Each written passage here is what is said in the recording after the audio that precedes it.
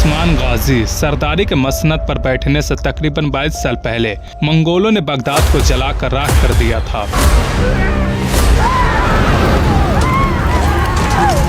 उस वक्त उस्मान गाजी के सामने सबसे बड़ा चैलेंज कोई रोमी नहीं बल्कि मंगोल ही थे। उस्मान गाजी ने खूंखार मंगोलों से लड़ने के लिए अपनी एक वफादार और मजबूत फौज तैयार की थी, जिसके बारे में कहा जाता है कि वो बिना लगामे थामे तेज रफ्तार घोड़ों से तीर चलाने में माहिर थे। जल्द ही उन्होंने अनातोलिया में अपने आप को इस कदर ताकतवर बना लिया था कि मंगोलों की छोटी मोटी टोलियां उनकी फौज को देखकर अपना रास्ता बदल लेती थी। जब रोमियों ने उस्मान गाजी को अनातोलिया की एक नई ताकत के तौर पर उभरते देखा तो रोमी अपनी चाक चौबंद में लग गए और उस्मान गाजी को कमजोर करने के लिए उन पर छोटे छोटे हमले करने शुरू कर दिए। उस्मान गाजी ने अपनी फौज को मुत्तहिद किया और आमने सामने की लड़ाई में रोमियों को शिकस्त देकर यानी शहर को फतेह कर लिया। उस्मान गाजी की तख्त नशीनी के वक्त सल्तनत कोनिया की बहुत कमजोर हालत थी और रोमियों निज मंगोलों के हमलों से उस कमजोर तर बराए नाम सल्तनत का मिट जाना यकीनी था।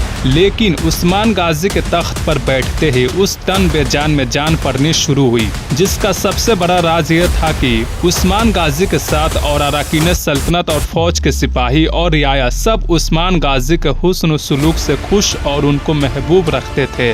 उस्मान गाजी में एक तरफ दीनदारी और दूसरी तरफ बहादुरी बहुत ज्यादा थी। उस्मान गाजी ने सबसे पहले रोमियों से शहर कारा हिसार को फतेह करके अपना दारुस सल्तनत बनाया। इस नई सल्तनत का नया दारुस सल्तनत तजवीज होना भी बहुत मुबारक साबित हुआ। उस्मान गाजी ने अपनी तख्त नशीनी के बाद ही हासिदों और दुश्मनों की दुश्मनी का और साजिशों का भी मुकाबला करना पड़ा था, जिन पर वो अंजामकार गालिब आए और सबको ताकत के जरिए खामोश कर दिया। ताहम सल्जुकियों के पुराने खानदान के लोग उस्मान गाजी की हुकूमत को रश्क और दुश्मनी की नजर से देखते थे।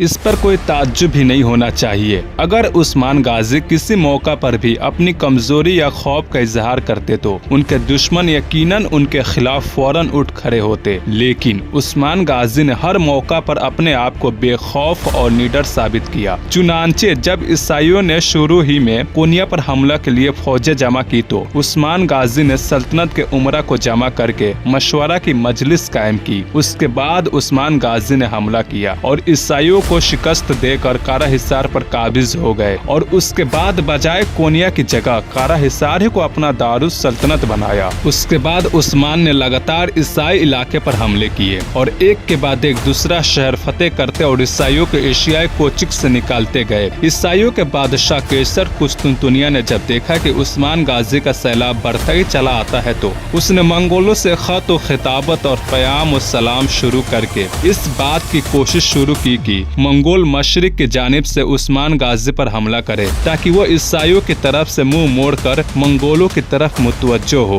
चुनांचे कैसर को एक हद तक अपनी कोशिश में कामयाबी भी हासिल हुई। मंगोलों ने कैसर के उभारने से उस्मान गाजी के मुल्क पर हमले किए, मगर चूंकि उस्मान गाजी को ईसाइयों के मुकाबले में लगातार फुतुहात हासिल हुई थी, इसलिए उनकी फौज के दिल खूब बढ़ गए थे। और फुतुहात ही ऐसी चीजें हैं जो जंगजू कौमों में जोश और हिम्मत पैदा कर दिया करती है। चुनांचे उस्मान गाजी ने अपने बेटे ओरहान गाजी को अपनी फौज का एक हिस्सा देकर मंगोलों के हमले को रोकने पर मामूर किया और खुद बाकी फौज लेकर रोमियों पर पहले से भी ज्यादा सख्ती के साथ हमला करने लगे। जंगजू और सिपाही पेशा कौमों के लिए जंग के दिनों में ईद की खुशी लेकर आया करते हैं। रियाया ने भी अपने बहादुर बादशाह का दिल से साथ दिया और ओरहान गाजी ने मंगोलों के हर एक हमला को बड़ी खूबी के साथ हर मर्तबा उनको शिकस्त देकर पीछे हटाया, यहाँ तक कि मंगोल थक कर बैठे रहे और हमला करने को छोड़ दिया। ओरहान गाजी उस तरफ का इंतजाम करके बाप से जा मिले।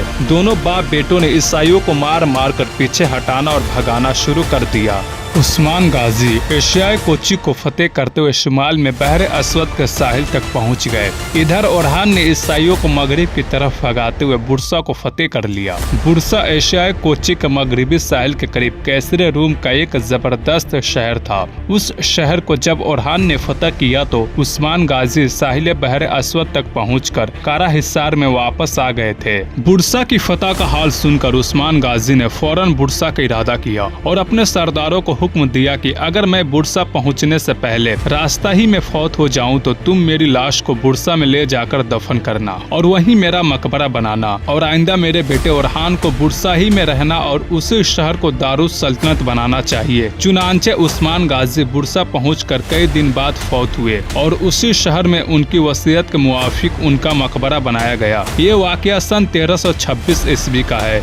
उस्मान गाजी ने मरते वक्त अपने बेटे को वसीयत की कि मुझको अपने मरने का कोई गम नहीं, इसलिए कि तुझ जैसा लायक बेटा मेरा जानशी होगा। तुझको चाहिए कि दीनदारी, नेकी, रहमदिली और अदल को कभी तर्क ना करो। जानता की हिफाजत करना और अहकाम शरअ को रिवाज देना तेरा सबसे जरूरी और पहला काम होना चाहिए। आखिर में उन्होंने अपने बेटे को ताकीद की कि बुरसा ही को अपना दारुस सल्तनत बनाया जाए। इस वसीयत से जो भी उस्मान गाजी की माल अंदेशी का बहुत बड़ा सबूत मालूम होता है। वो जानते थे कि कोनिया में ऐसे लोग मौजूद हैं जो किसी न किसी वक्त मेरे खानदान को जड़ से उखाड़ने पर आमादा हो सकते हैं, और उनको मालूम था कि मंगोलों को मुसलमानों से महज इस्लाम की वजह से कोई दुश्मनी नहीं और वो खुद इस्लाम कबूल करते जाते हैं। अगर दारुस सल्तनत कोनिया रहा तो ख्वाहम ख्वाह मंगोलों और दूसरे सरदारों के साथ झगड़े बरपा रहेंगे। हालांकि मुसलमानों के लिए सबसे बेहतर मैदान ईसाई मुल्क है, लिहाजा बुरसा के दारुस सल्तनत होने से ईसाइयों को लाजिमन एशियाई कोची के ख्याल को छोड़ना पड़ेगा